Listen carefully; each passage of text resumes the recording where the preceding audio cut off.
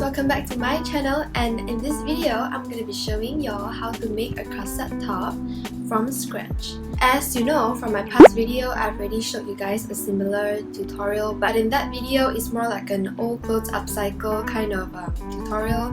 As for today, I'm going to be showing how to make a corset top from scratch. As this video is highly inspired by Navarro's new video. I don't actually know how new is that video, but I just saw it across and I find it really interesting, and I really wanted to try to make this top for myself, as this is the first time I'm making this top in this video as well. So I'll also be linking down the pattern piece for this tutorial in my description box down below. You can just click in and print out your own pattern piece and make it for yourself as well. Okay, so without further ado, let's get into the video. Okay, so for the very first step, you're gonna prepare a pattern piece in the description box below.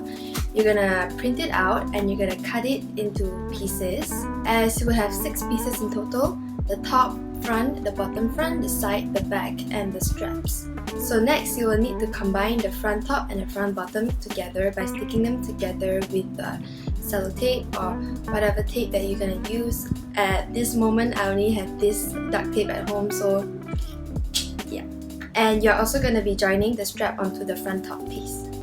And so next, you're going to pin the pattern piece down onto the fabric, as the front piece is going to be on fold. So make sure you fold the fabric before you pin it, and then pin it at the border line for the center front. As for the side panels, you're going to pin up to 2 layers of fabric as well, but this time it's not on fold.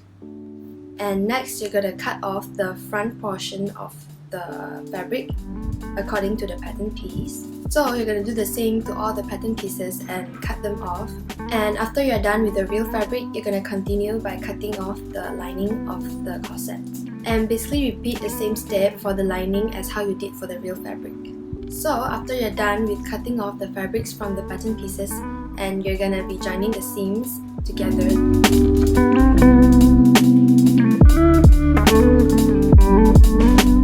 And here, I decided to top stitch all the seams to make it flat, because at that moment at my house, I didn't have a steamed iron, so the only way for me to flatten all the seams are by top stitching them. So you can do the same as I did if you didn't have a steam iron at home. And it also turned out to be really nice and really flat as how I wanted it to be. So yeah. Okay, the next step would be elongate the straps of the corset like how I did here. I just joined them perpendicularly and stitched them across the 45 degrees angle. By stitching it this way, it will turn out to be nicer and more stable. Okay, so next, as you can see, I already marked a straight line across the center front of the corset. And here, I'm going to be making a fake cutting line kind of situation. That way, I feel like it's more structured. So here, after we're done with the center front, and we're going to be top stitching the seam as well. And next, we're going to do the same for the lining.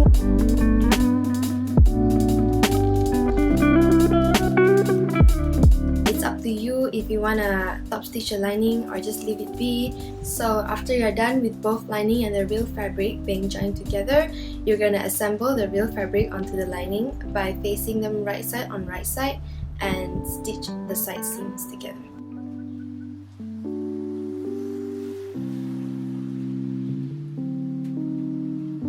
Okay, here, by turning out the fabric, it actually took me 1 hour to successfully turn out the strap of this corset, because it is so thin that I actually have to take my time and squeeze the tube out. I didn't have the thing that most people use, that the hook thing that you can hook the thing inside out, and it took me about 1 hour. So yeah. So here I'm going to be stitching for about 2 to 3 cm of stitches at the top of the back panel for me to fit the strap into the back panel.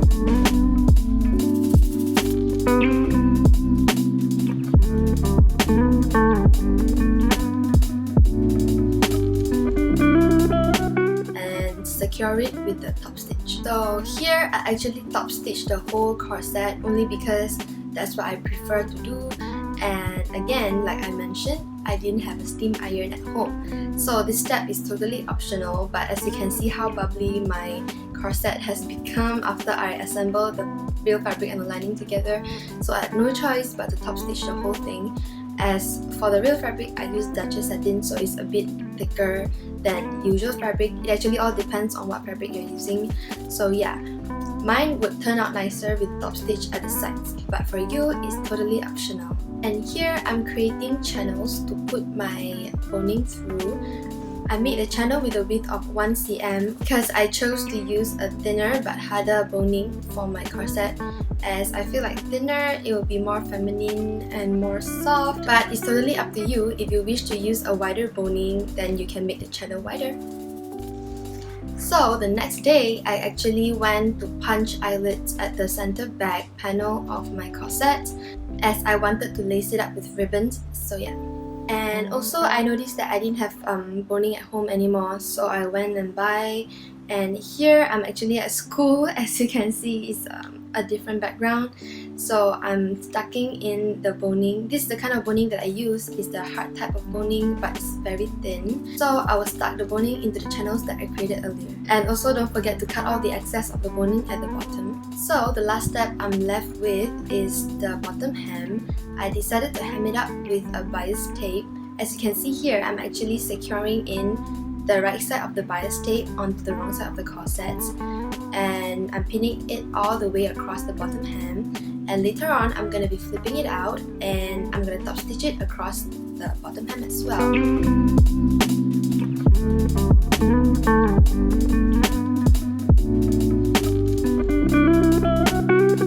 And basically you're done with the whole corset.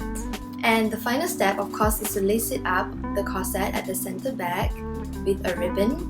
Here I decided to use back my bias tape, but then it didn't hold well, it snapped off. So the next day I actually changed up the ribbon into the polyester satin ribbon that could hold better than the bias tape.